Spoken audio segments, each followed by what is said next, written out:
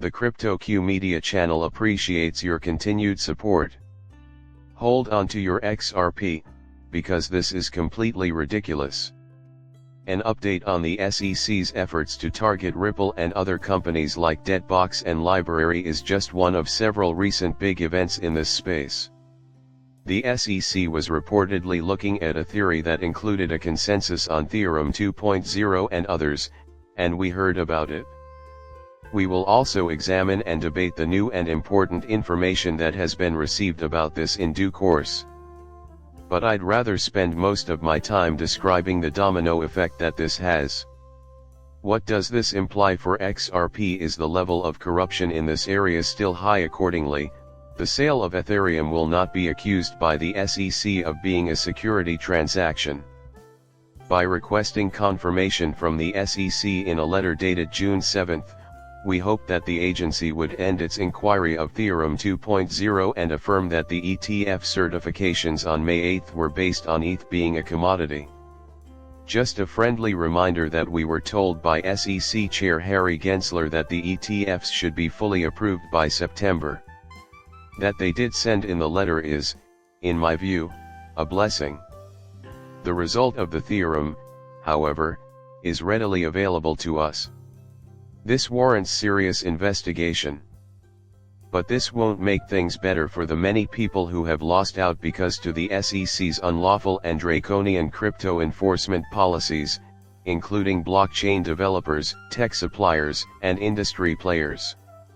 This legal fight is far from over.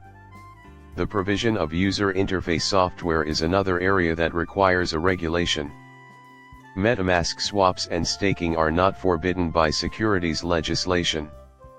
Litigation is not the best approach to gain the regulatory clarity that a growing industry, the bedrock of so many innovations, needs to thrive. But we've made it to this stage. Pay attention right now if you value candor. I completely agree with that.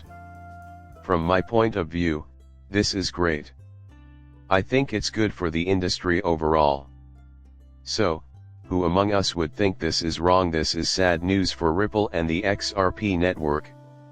Considering that XRP had to go through this much anticipated battle with the SEC for 2.5 years before getting any sort of resolution or major upgrade, I think it's all technically wrong. Furthermore, I think Consensus's Twitter account made the announcement. At least, that's what they said when they announced their intention to sue the SEC on April 25. At what point in time did the SEC reach a settlement in this lawsuit? Time slipped my mind entirely. It had been at least a few months. This may have been announced in January, but I could be totally wrong. However, the turnaround time was quite fast. My reaction is, what the fuck are you thinking about XRP at this very moment? The SEC is completely disorganized. An update has also been supplied to us by Fred Rispoli. This is because things are beginning to take a bizarre turn. Despite how wonderful it would be if the SEC weren't looking into us, we still have. There may not be much substance to the findings of this inquiry. The reason for the ongoing consensus dispute in Texas's District A District Court has been revealed in the post below. In terms of substance, there is no difference between these cases and the SEC enforcement action. There is just the relative stances of the parties and the weight of the evidence that distinguish them. Imagine if the SEC hadn't tried to have the Texas case dismissed and instead filed an enforcement complaint against us in a jurisdiction that would have been more favorable to us. Nonetheless, the likelihood looked low. Now what's the latest with the Texas case? If the general public doesn't buy it, we're right back where we were before the probe gained attention, or, more accurately, began. But if agreement continues, we're in the same boat. This time around, however, the litigation will center on the same issues without the threat of civil fines, penalties, or jail time. What happens next will reveal the SEC's real position as a public entity versus ETH if the enforcement case had involved FILDA. To be quite honest with you, I think a hypothesis is going to pull off this ruse. We are aware that the ETF approvals we are verifying were finalized in May, so, we do not understand why Chair Gary Gensler asserts that the Ether ETFs ought to be completely approved by September.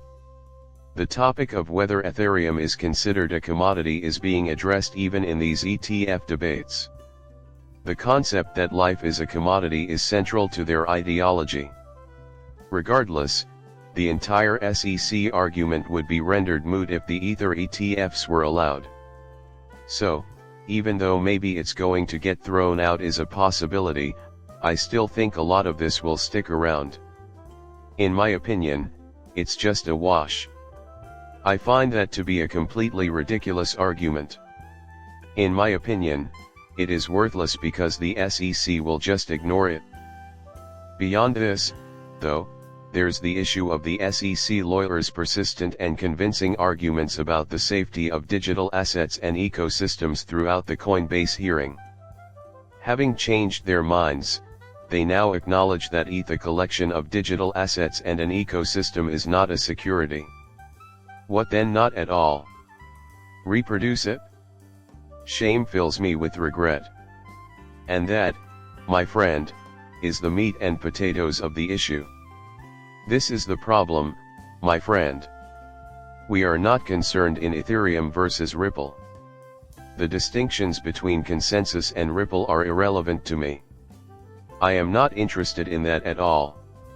In my view, this appears to be a really serious problem. The fact that the SEC's activities remain a mystery is quite worrisome. Their actions are perplexing to me. How does it make them feel? How has this come to pass? Every major upgrade pertaining to the SEC, regulations, lawsuits, and all that jazz has been directly championed by me. It seems like the SEC is perpetually perplexed no matter how much I attempt to grasp the subject.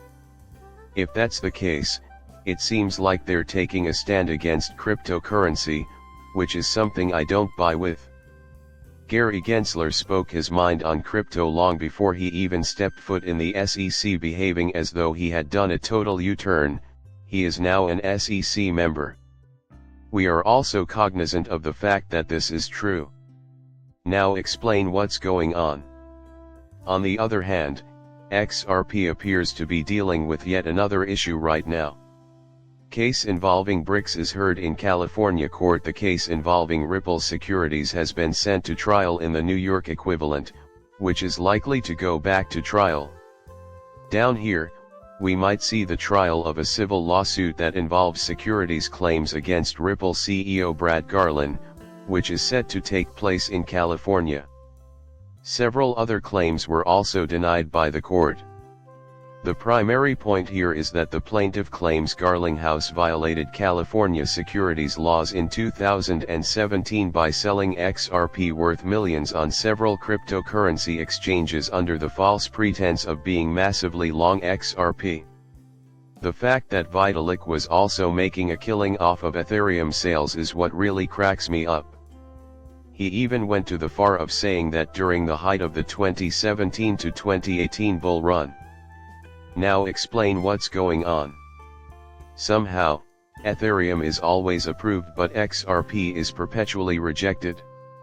I don't know. In my view, this is completely ridiculous. That is the end of the video. If you find my channel entertaining, please subscribe. Finally, goodbye is coming up soon.